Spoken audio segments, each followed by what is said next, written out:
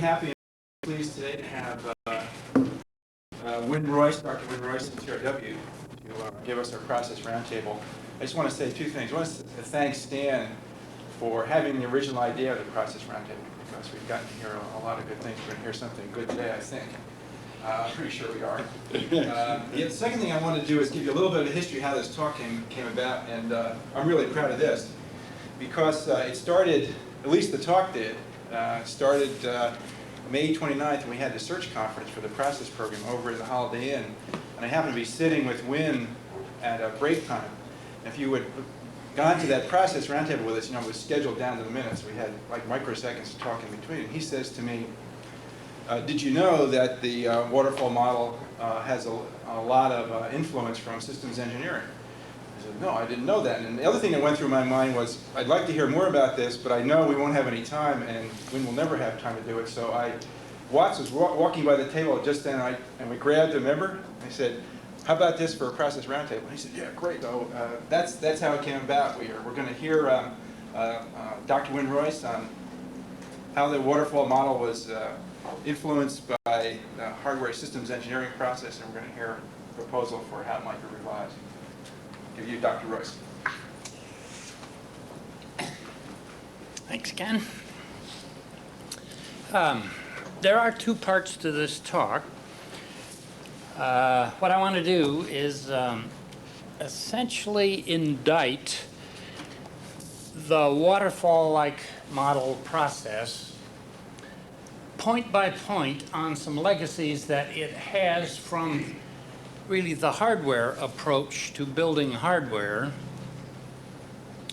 And then at the end, and more importantly, I want to go over my ideas for a better process.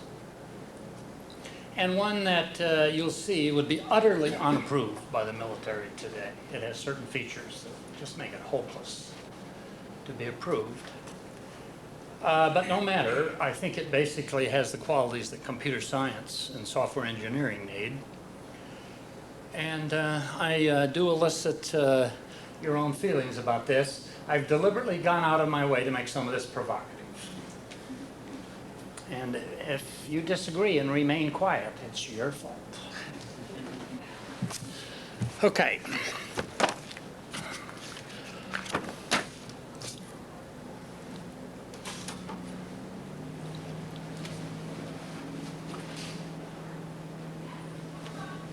I sort of mean this sort of seriously.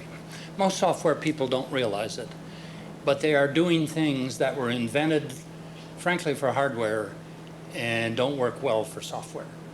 And I'm going to try and point out some of those things. In some sense, I expect I did have something to do with this, probably a lot less than I deserve, though. The paper I wrote that has sort of become the software model paper, I wrote it in 1969, and I was looking back on work we were doing in 1963 and 64. And during the 50s, I got out of college with my master's degree in 1952. And for the next 10 years after 52, I was very deeply embedded in what was called system engineering. And system engineering, frankly, was invented during the mid-50s. In my experience. And so I was kind of there watching the invention take place. I was much influenced by it. I thought it was the right way to go. And when we built this software in the early 60s that caused the waterfall model paper to be written, frankly, to whatever my contribution was, I was thinking about my system engineering roots and trying to change the way that we were doing things to fit that. And so system engineering and some hardware thinking, which I was very under the spell of, definitely entered the way we did this. And then eventually when I wrote this paper, it's in there. Now I want to criticize my own feelings about that, in a sense. Sort of happily. Okay, here is the agenda, and the first 6 points are the areas I want to talk about, in which there is, I feel in each case, some legacy from hardware which affects the way the software process, the approved software process, arose. And in most cases, I'm going to characterize this as bad. In a couple of cases, I will characterize it as good. So there's been both good and bad things, I think, that have occurred.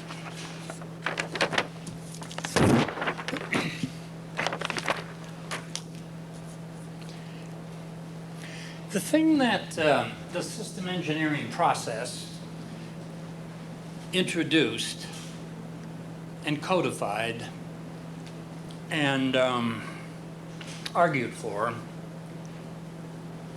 was primarily a requirements basis for doing systems work.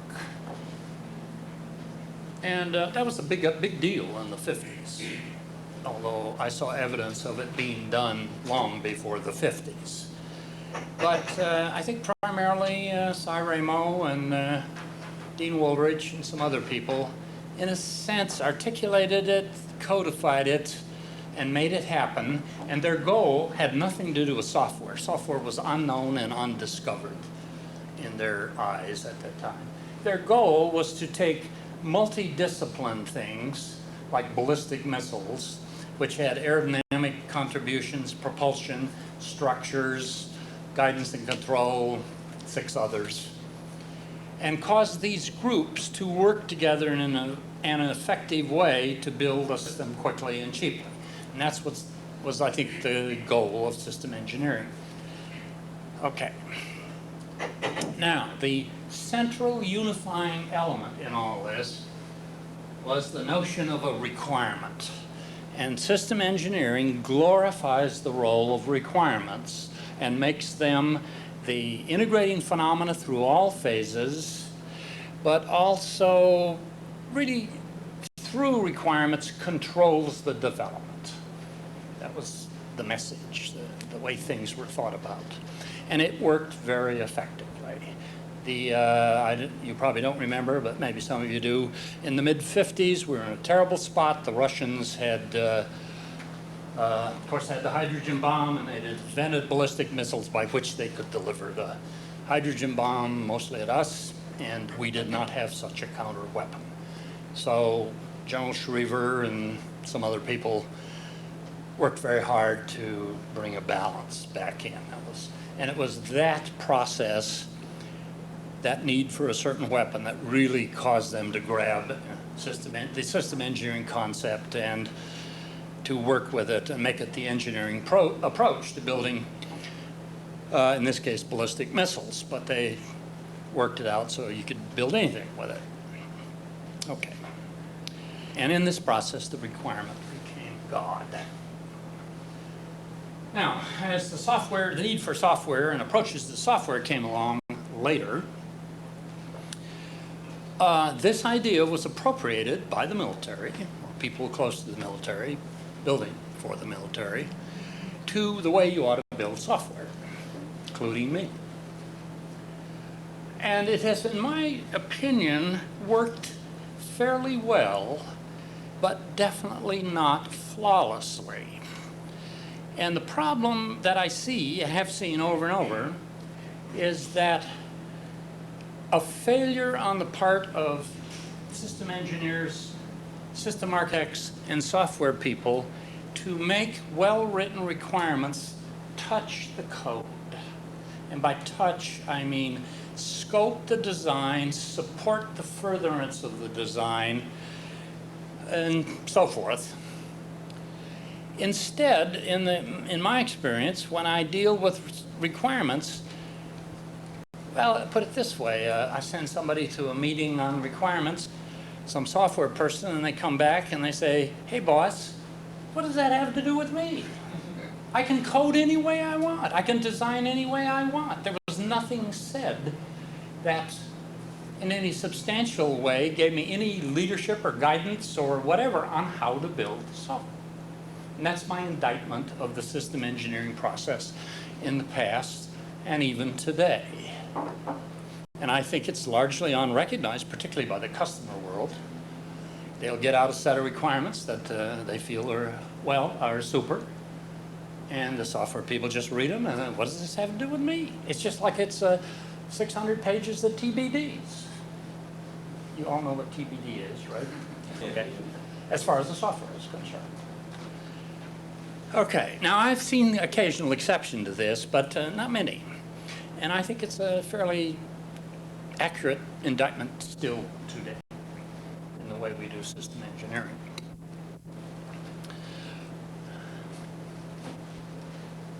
All right, that's the main thought I have here. There's a certain standard for writing requirements that the systems world and the hardware world find acceptable. When they're written that way, a check will be in a box that says done, and you get your progress payments for it, and it's of little value to software people. It's kind of a double standard.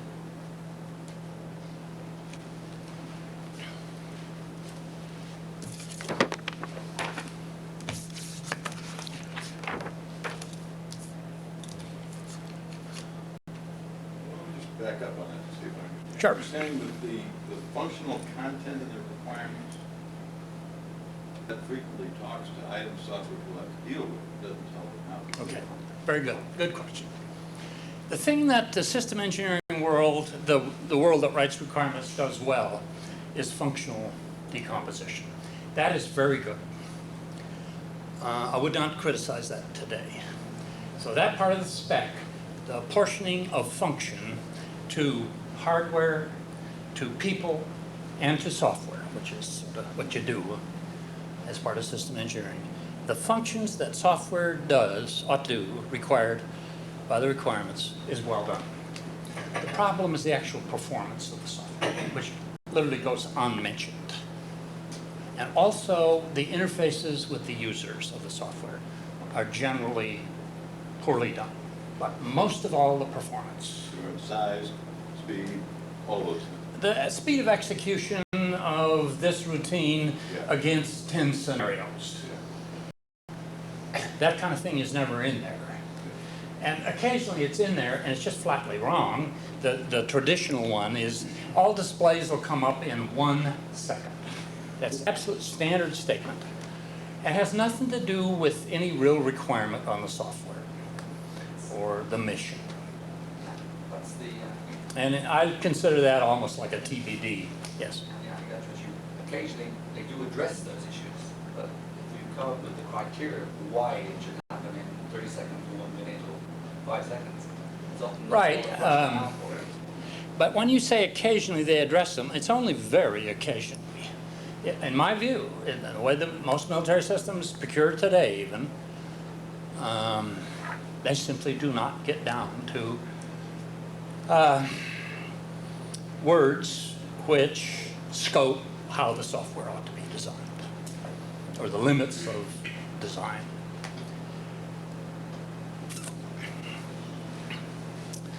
Okay, now let's go to the design review structure, which is very easy to criticize, I find. Mil Standard 1521 is the one that really outlines all this, although Mil Standards 483, 490, 499 say a lot about them. And even 1679, I think, reaches, 2167A turns it over to 1521 to do the design review structure. And the system is this way. I've kind of lined them up in order. SRR, SDR, PDR, CDR. We skip TRR for a bit, and PCA, FCA. And if you were doing this business more than 10 years ago, it was called FASI, First Article Configuration Inspection. And it was FASI for about 20 years. Okay. Very often you do just one of SRR or SDR. If it's a really big program out there for 4 years, you'll probably see both of them called for. Let me go through them because their usefulness for software. In other words, this design review structure is the inheritance from hardware. This is purely a hardware approach, or systems approach. Okay. SRR and SDR are okay for software, but when I talked about requirements not touching the design, they always suffer from that. And therefore I say kind of perfunctory normally. PDR is okay, the way it stands in my view. PDR does fit software. Okay, CDR. CDR, When, yes, I have a question for you. sure. I've heard a lot of comments from people on PDR, and they say that when you have PDR 30 days after contract award, there's no way that you can have a preliminary design ready in 30 days. The assumption is implicitly made that you spent 2 years doing your proposal and you've already built your preliminary design. What's your reaction to that? Do you think that's Absolutely correct. You're stealing my material. I was going to use that point once I got through the thing, but you're absolutely correct. PDR is called too soon, always. But the point of PDR and the content asked for PDR is okay. It fits software. I've gone to PDRs and I'm not repelled by the nature of the questioning and the material that's presented. It suits software. But it is invariably called too early, normally at the 3-month point. And for most software systems, that's far too early. And therefore, we're always unprepared for it in those circumstances. And we've learned how to get through it by finessing things. Dave Parnas wrote a wonderful paper on it. I don't know if you've read it. And he just admits outright, fake it, say anything, do anything. That's what he says in the paper, believe it or not. Just to get through the damn thing. That's the tone and approach of the paper. And he's right. That's fairly accurate for the way it's done. But let's say that were corrected, then PDR would be a very suitable design review and fit what software needs in my view. Okay. Now we come to CDR. And CDR is dead wrong for software. But it takes a little explanation.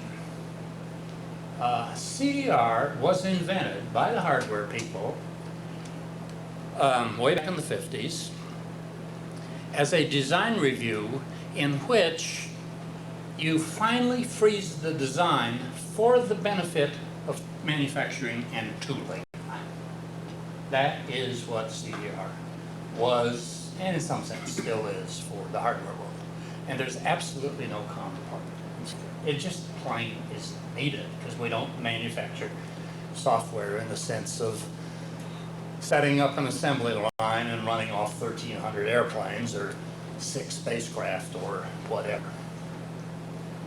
Okay, and that was the origin of CDR. Now, CDR has always been a kind of mysterious thing in software jobs. Generally, the way the military has dealt with it, it turns out, from a configuration management standpoint, there is no change in baseline that takes place at CDR. There is a PDR. I mean, PDR's big role is to go from I'll get the words wrong, from a functional baseline to some other kind of allocated baseline. I think I got it right. That's what PDR is for, and that fits software wonderfully, as well as hardware. But CDR, you don't change any baseline. You're just getting ready to freeze so that the guys out in the shop and safely go spend a lot of money on tooling so they can build the thing. And software doesn't really need it. But what we've done as software people, we've made it useful. So in some ways it's useful. Not useful enough. Let me explain what it does. Because at PDR you faked things. It was too early, or if you had enough time and you didn't fake anything, you just didn't touch the software with the requirements sufficiently, which always seems to happen. CDR is needed because the only way that the customer and the user can verify that their money is being well spent for what they think they want is to see what your interpretation is of these vague, non-touching requirements in terms of the actual design. And that's very useful for software when you can't spec the design except in vague generic terms. Therefore, CDR has played a role because it's only when you see the design that a buyer finally recognizes how his vague requirements are being interpreted. And that's very important. Now's the time for me to get to the question that George asked. The solution to all this is get rid of one of these two design reviews and hold a design review that's like 4.5 months after the usual PDR and 4.5 months before the usual CDR, and hold just one design review and get the requirements and the emerging design right. You don't need 2 design reviews, I don't think. One's enough. Now, to raise this issue with our military people who require things that this would be heresy, this CDR, PDR rhythm has been so deeply embedded in us that you can only talk to a group like this in a non-attribution manner to raise this thought. And I'm not exaggerating. It's absolute heresy to drop one of the design reviews. Would you agree it doesn't make a lot of sense to put a time requirement on any of those? You will have PDR. No, Instead of 30 days, now you're saying 4.5 months plus, so it's 5.5 months. right, and there ought to be a time requirement. It just shouldn't be 2 to 3 months on this design review. But why does it make sense to hold a review at a certain time when all the systems are different?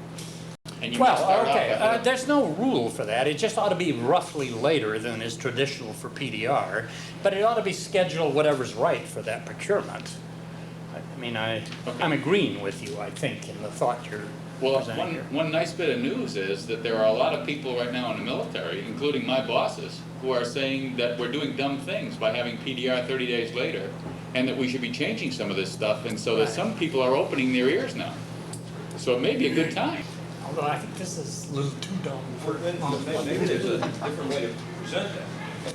It's That right. is that I think most people recognize that software isn't even discussed at PD. And when they walk away from CDR, even though software is discussed, they're usually unhappy. And so, in essence, you could propose a review between the two, since it would look to them as an additional review as opposed to cutting one out, because they don't in fact discuss software in any realistic way anyway.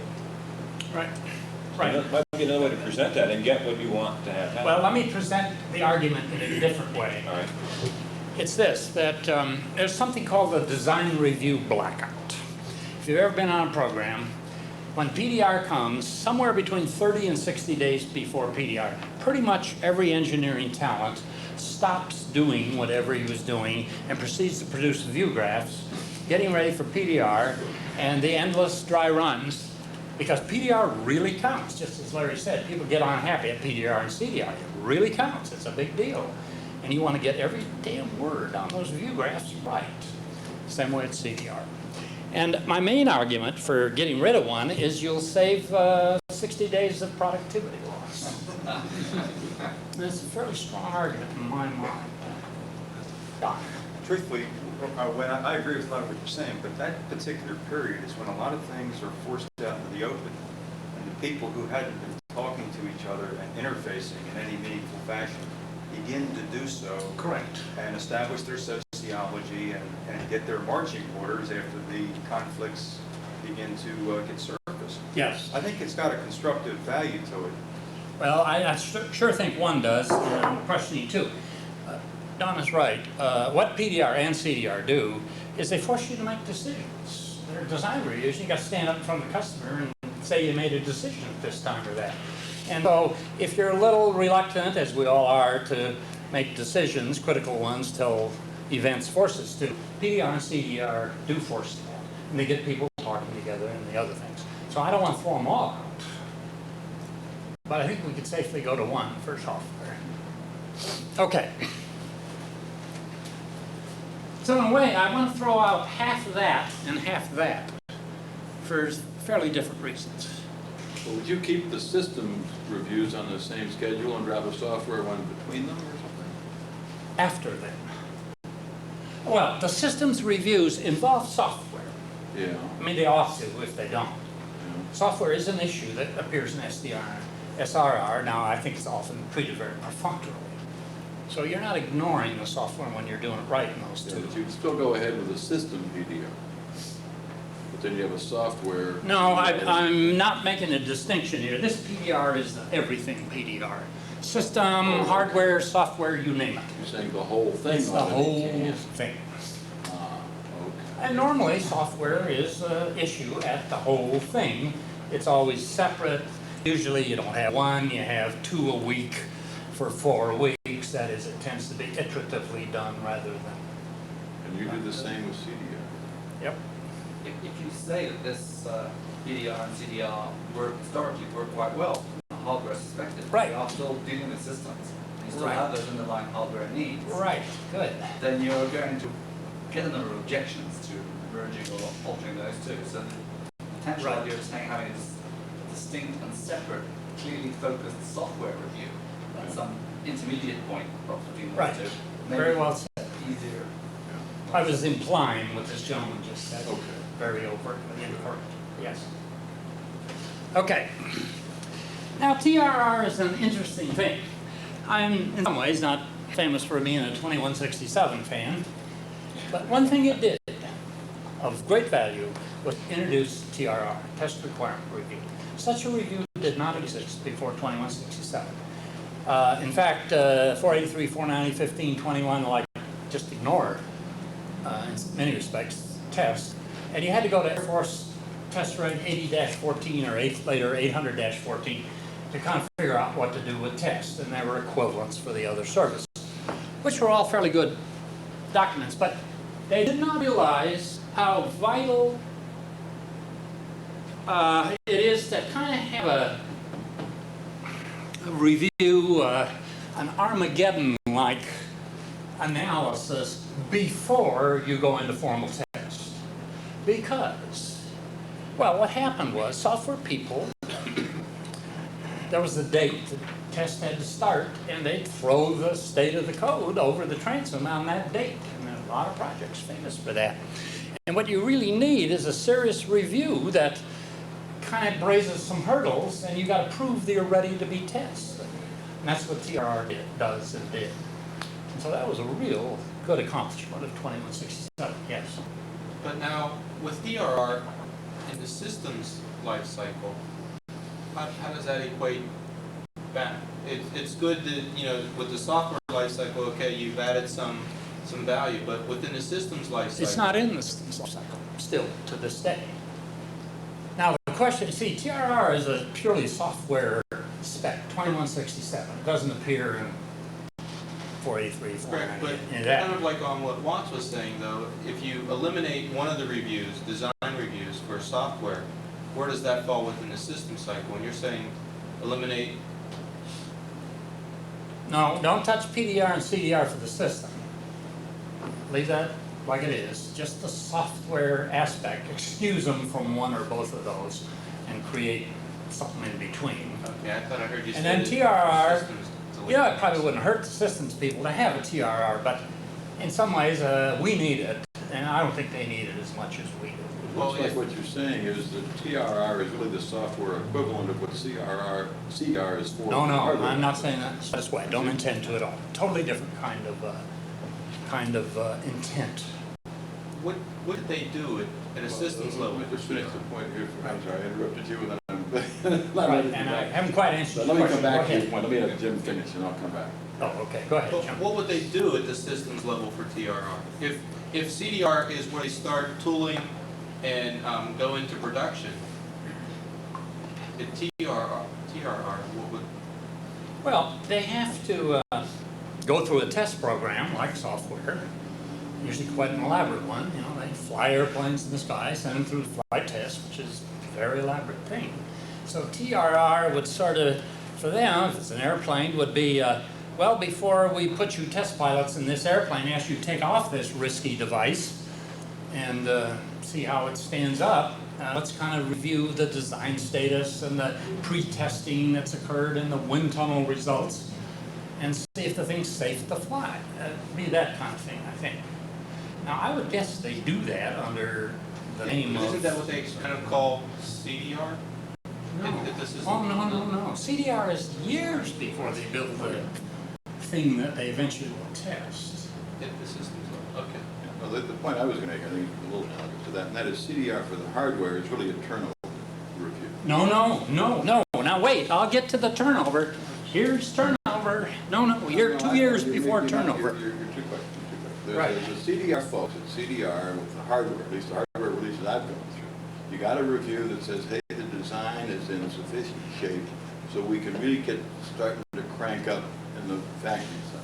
Oh, right. Turnover to the In a factory. sense of Correct. turnover to the factory. So Correct. we're sort of getting ready for that. And what I'm saying That's is what- TRR also is kind of a turnover to test. Where you're saying the Correct. testing folks can start to Correct. crank up for test. Correct. And what I'm saying is there are two kind of turnover reviews that make a lot of sense. They're in the middle of the development cycle, granted, but they're both kind of analogous turnover reviews. And so in a sense, they could be looked at as similar things Right. for hardware and software. Right. Okay. Okay. FCA, PCA, physical configuration audit, functional configuration audit. And before that, there was one thing called FSI. And what that is, PCA has utterly no value for software. Just a ludicrous concept almost. PCA involves a physical inspection of the airplane. And you go see they painted the tail number on right, and various config management labels, this is part number 2139 is there, and it's painted the right color, and I'm sort of pointing this out in a jocular way, but a very serious inspection, because manufacturers do screw up in these things, and you just inspect it. Now think about doing that for software. Software is essentially an abstract representation of some logic. Nobody can see anything, so it doesn't make any sense. Now what it has become is you evaluate the documentation, which is the inspectable part of the delivery. Do you have a version description document? Do you have a test report all done and everything approved? Have you worked off all test SPRs or whatever you call them? Okay, and that has some value, but not a big deal actually. FCA has a little more meaning, in fact quite a bit of meaning, so it fits software. That's where you look at the requirements and you look at the tests and you guarantee or assure that every requirement has been tested in the proper way. And that makes a lot of sense for software. Okay. But actually, the whole concept, this sort of Armageddon-like event in which you turn it over and now the ownership of the device goes to the customer who signs a DD 250 and the various holdbacks on profit. You've always been paid under progress payments, but now you get some profit holdback because they always have a sort of incentive to get you to FCA, PCA, although the profit holdback is actually minuscule in terms of progress payments by this point, but not to a financial type, only to engineer types. This thing is basically the wrong view to look at the way software ought to be handed over. The event that says proper to pay the builder now, everything due him. And I frankly think it ought to be reinvented to fit software. But, yes. Dave Parnas told me a wonderful story that he ran into one of those, and that is they couldn't get it through the review without a safety spec. And he was incensed, so he finally required a safety spec, and so he wrote one. And he wrote it will have no rough edges, and will have use no voltages above 38 volts. And he went through all of that, and he wrote it up for the software, perfectly true, and he wrote it up and submitted it, and they got through the review. Well, I've been through that on the original version of 490. It dictated the color of the software was to be. That's right. This was 1965, and he had to prove that it wouldn't be infected by fungus. That's a true story, by the way. That was the spec that was sent out for review. Yeah. Okay. Now we have that weight. I'm going to skip the next point. On account of, I want to get to some other things. Okay. Config management. By the way, it was in the mid-60s when the hardware world discovered config management, and they invented a set of regulations that are really very sound to solve some problems they were having then. And I think configuration management for systems and hardware is very well done today. And basically, I think it works pretty well for software, too. And, but there are some nagging points I have. And I'm going to share my nags with you here. You're asked to a much higher degree to deal with management of abstractions. After all, many of the abstractions in software you want to manage. You want them to remain in the system as it evolves. Next thing, this is unique to software, common phrase, but it really applies here. You have 1 million plus little bitty things, all look kind of the same, and if one of them changes, you can't possibly tell the side effects. At least most human beings can't, even good programmers can't. And so it's like herding grasshoppers. And what I'm referring to is when you're dealing with hardware, you might have 200,000 or 300,000 items to configure, at most, usually less, to manage. And with software, you could easily have 2 or 3 million. And your database power and everything has to go way up. Furthermore, it's a little bit true of hardware these days. They really complain about it, but much worse software. You always have 10 or 12 or 15 versions that you have to keep up to date and current. So when you have these millions, remember you got another 12 to 15 to multiply by. This has caused most software configuration management systems to do it by what they call a delta technique. They have a basic version, and then they just show that it adds and subtracts from the basic version through the 15. Which, of course, saves storage, but it messes up execution time. So you want to do something, you got to wait a while. But, you know, things are getting faster, more bits are coming, so this is not a big deal. One of the real flaws in software configuration management system, I don't think happens in a hardware system, is that when you have a programmer who has been a hero for the first 4 years, who has discovered design breakthroughs overnight, has come in on weekends and helped guys and so forth. That man always had, or woman always has great clout.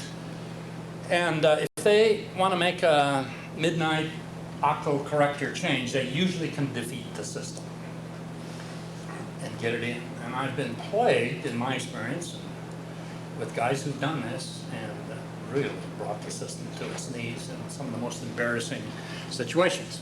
So one thing you have to do, and this is one thing I would commend to the SEI evaluation team when they approach configuration management, there ought to be a few tough questions having to deal with, is it possible for a human being to defeat the system? Because even the best systems get defeated that way. If you're into Ada, building a config management system on Ada is 1/5 the difficulty of building a configuration management system on anything else. Name your favorite language. One of the real powers of Ada is it has the right semantics to do configuration management in a real simple way. And the problem is that the systems that you buy out there, for obvious reasons, refuse to compromise for Ada, because that cuts their market to nothing. So they build systems for any language, and that causes guys using Ada to lose the power of Ada semantics in doing that. That's not a big deal. There's a bunch of problems coming that are going to be tough. I believe that virus protection, multi-level security, probably those two primarily. Config management is going to bear the brunt of enforcing these things. And it's going to be a big technical input to a group of people who aren't oriented along the right technology these days.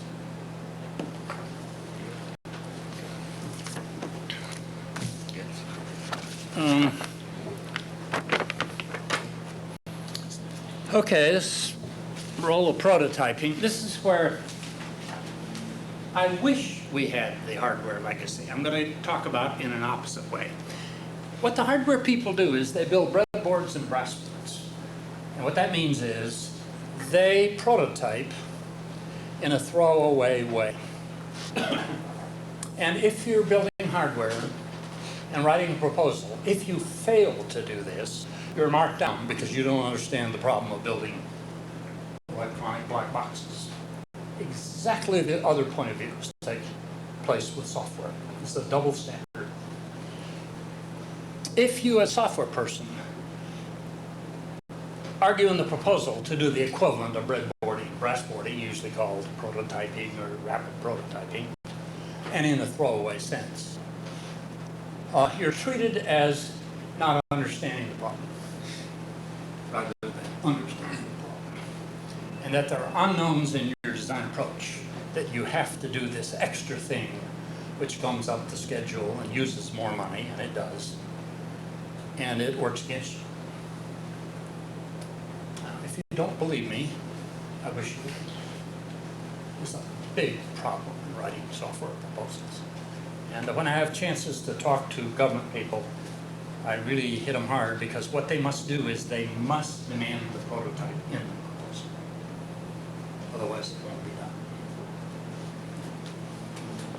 And I consider prototyping a very essential feature of design. Have you gotten much disagreement? What's that? Have you gotten much disagreement with that from the government? Well, yeah, I have. Of course, realize, like everyone else, I'm the speaker and they're sort of courteous, so it's not a situation where the disagreement rolls out very easy. But even in those circumstances, there's always one or two that it does roll out. Well, in fact, I mean, one of the things I keep hearing is that the government will allow it but won't pay for it, which is Correct. in fact, That is they correct. Read 2167A. not only won't put That's a the proposal, spirit. won't agree to pay for it, which says they violently disagree. Yeah. Yeah, and what makes it worse, I do make that point, is once the government pays for it, I refuse to deliver it to them. Because it's basically a hunk of junk.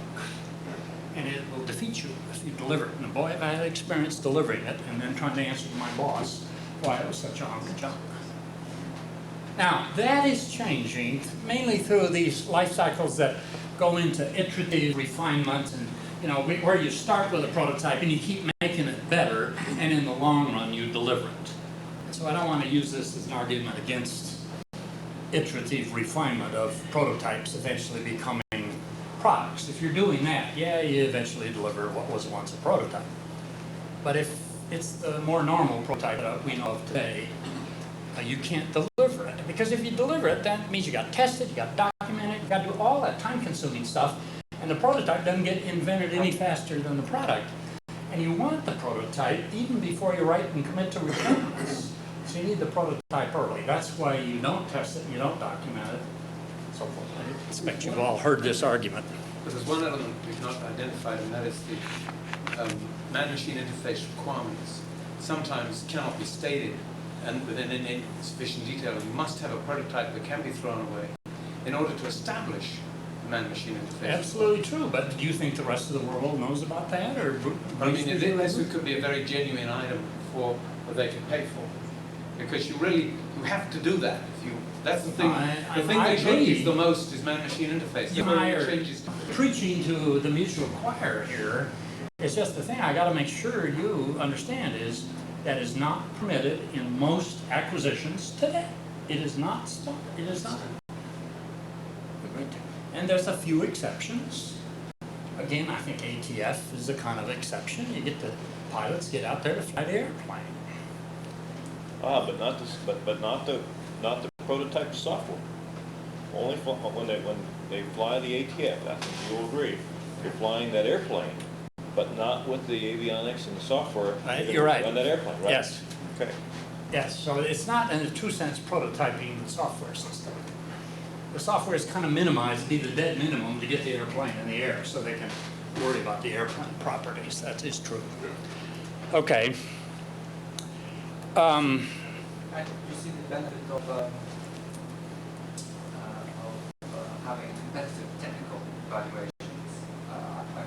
number of programs where they, rather than let the whole program, when it's just a loose concept, they've had a number of programs where they have 1 or 2 people, contractors progressing Yep. through to come up with a verification of real feasibility of the. Right, and that's an example of enlightened prototyping.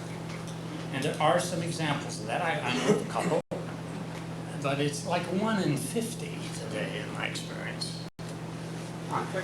Could you distinguish between precedented and unprecedented That's a systems good point. and your discussion of prototyping? I mean, it seems to me that if a company hasn't done this before, they have to prototype or whatever. If they've done it before, then we ought to be looking for a higher standard of excellence, like a domain-specific reference architecture, or something with methods and models and so forth, where they're tooled up to actually build systems of that kind. You know? Right, and a very good example where you shouldn't prototype along the precedented, unprecedented, is normally when you deliver a big system in the field and get them up and working, then you begin to get into the block 2 and the block 3 and the block 4 changes, which can often be fairly large. You really don't need to prototype there because the previous system delivered in the field is in effect the prototype you need to kind of figure out what to do with these added and changed design things. Furthermore, the user is using the system, so the user interface problem is normally rather naturally solved once you're into succeeding Unless there blocks. is a big change in the machine interface devices, Well, which there can be, and I've seen. yeah, okay, it's probably a pretty big change though before it's risky. I'm sure you're advocating here the intelligent approach to doing the system versus the approach of doing it by the rules, by the